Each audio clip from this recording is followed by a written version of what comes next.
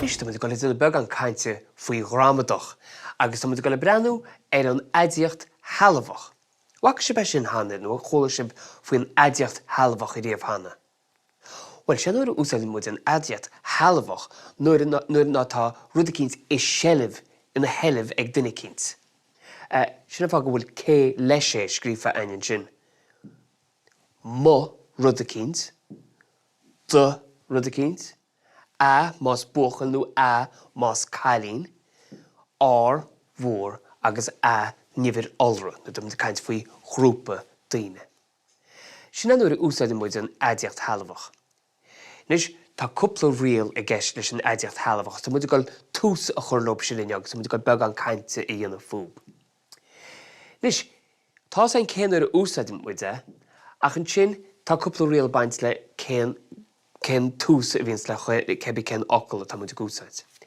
Leis na gotaí seo A-E-I-O agus U tá an rial céanna I gceistób, mar sin níl siad sin róchasta be muid tíocht go sin bálínbeg. A tá muid go dús brenn na consan seo, ní chula chunsan tá muid go caiint faoi, tá muid go caiintear chupla ceannach agus seo cúpla sampla choban seo. Brenn chéad cheanna sin an litir G. Dúir tá muid caiint faoi aber an focail gata, mo gata bhfuil tógann sé H. Do gata tógann sé H, a gata má muid caiintear bhuachail tógann sé H, le cailín ní áirinn se churbe, a gata. Nis dúir héimmuid ra go dtí mhór agus as nimhir olra, sin nuair a áirinn na litreachaí seo, agus tógann siad orú, a chola sib focail orú riamh hanna. Bhfuil siad is orúáin ná litir a héan rih an na consan seo. Mar hampla an focail gata I ríist agus muid caiint faoi R, tógad G, N, R, ngata, mhór ngata. A ngata, na tú muid caiint sin nimhir olra.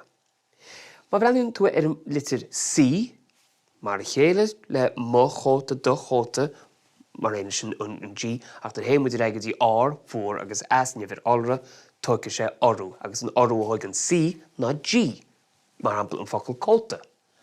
R, góta nó R gótaí, mhór góta nó mhór gótaí, a góta nó a gótaí, D tógann sé N, agus na litreachaí eilinn se tógann siad orú difriúil.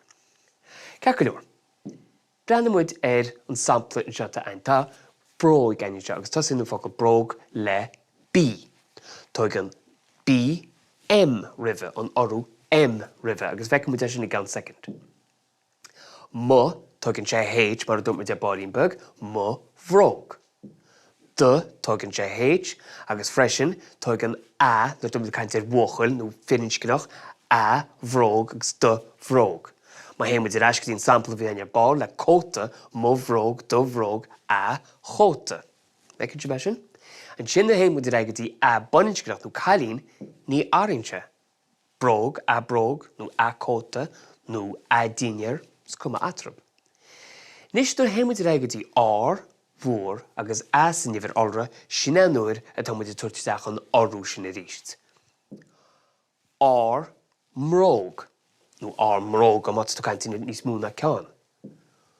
Mhór, mróg, bheicinn sib an torún sin a ríist. A mróg san nimhir olra nó ríist má tú caiint níos múna bróg bháin tú caiint fé a mróga. Nis tá muid go le boga ra go dtí na gotaí, agus tá siad se níos simplí, mar tá siad mar a chéile is cuma céan gota atá gceist. A, E, I, O nó U. Nis tá muid go le brenn airigid a thosaíonn le a, marigid. De, darigid. Nis tá áú began seo, mar dúirt muid caiint faoi a firincinach buachail ní áirinn se churbe, ach áirinn an cailín tógann si H, a harigid.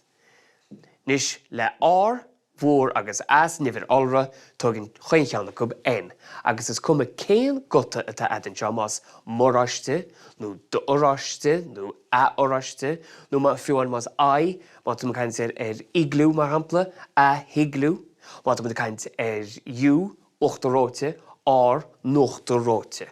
Is cuma céan Gota atá adan seo tá an tús céanna acab. Well tá sulm go gára sé selib agus sib i dtíanana an éideacht halamhach an machchan seo.